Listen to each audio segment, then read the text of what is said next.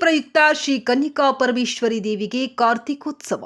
ಗಂಗಾವತಿ ನಗರದ ಹಿರಿಜಂತಕಲ್ ವಿರುಪಾಪುರ ಆರ್ಯವೈಶ್ಯ ಸಮಾಜದ ನೇತೃತ್ವದಲ್ಲಿ ಕಾರ್ತಿಕ ಮಾಸದ ಕೊನೆಯ ದಿನವಾದ ಶನಿವಾರದಂದು ಚಂಪಾ ಸೃಷ್ಟಿ ಶ್ರೀ ಸುಬ್ರಹ್ಮಣ್ಯೇಶ್ವರ ಆಚರಣೆ ಪ್ರಯುಕ್ತ ಶ್ರೀ ಕನ್ನಿಕಾ ಪರಮೇಶ್ವರಿ ದೇವಿಗೆ ದೀಪೋತ್ಸವ ಅಪಾರ ಭಕ್ತಾದಿಗಳ ಮಧ್ಯೆ ಶ್ರದ್ಧೆ ಭಕ್ತಿಯಿಂದ ಜರುಗಿತು. ಇದಕ್ಕೂ ಪೂರ್ವದಲ್ಲಿ ಅಮ್ಮನವರಿಗೆ ವಿಶೇಷ ಅಲಂಕಾರ, ಧಾರ್ಮಿಕ ಪೂಜಾ ಕಾರ್ಯಕ್ರಮಗಳನ್ನು ದೇವಸ್ಥಾನದ ಅರ್ಚಕರು ಸಾಂಗತವಾಗಿ ನಡೆಸಿಕೊಟ್ಟರು. ಬಳಿಕ ವಾಸವಿ ಮಹಿಳಾ ಮಂಡಳಿಯ ಸದಸ್ಯರಿಂದ ಭಜನೆ, ಲಲಿತ ಸಹಸ್ರ ಪಾರಾಯಣ ಪಠಣ ಇತರೆ ಕಾರ್ಯಕ್ರಮಗಳು ಜರುಗಿದವು. ಬಳಿಕ ಸಮಾಜದ ಅಧ್ಯಕ್ಷ ನಾಗರಾಜ್ ದರೂಜಿ ದಂಪತಿಗಳು ಸೇರಿದಂತೆ ಟ್ರಸ್ಟ್ ಸದಸ್ಯರ ನೇತೃತ್ವದಲ್ಲಿ ದೀಪೋತ್ಸವಕ್ಕೆ ಚಾಲನೆ ನೀಡಲಾಯಿತು. ಬಳಿಕ ಅಧ್ಯಕ್ಷ ನಾಗರಾಜ್ ದರೂಜಿ ಮಾತನಾಡಿ, ಪ್ರತಿ ವರ್ಷದಂತೆ ಈ ವರ್ಷವೂ ಸಹ ಚಂಪಾ ಸೃಷ್ಟಿಯ 16ನೇ ವರ್ಷದ ಕಾರ್ತಿಕ ದೀಪೋತ್ಸವ ಇದಾಗಿದ್ದು, ಸಮಾಜ ಬಾಂಧವರ ಎಲ್ಲರ ಸಹಕಾರದ ಮೇರೆಗೆ ಯಶಸ್ವಿಗೊಂಡಿದೆ.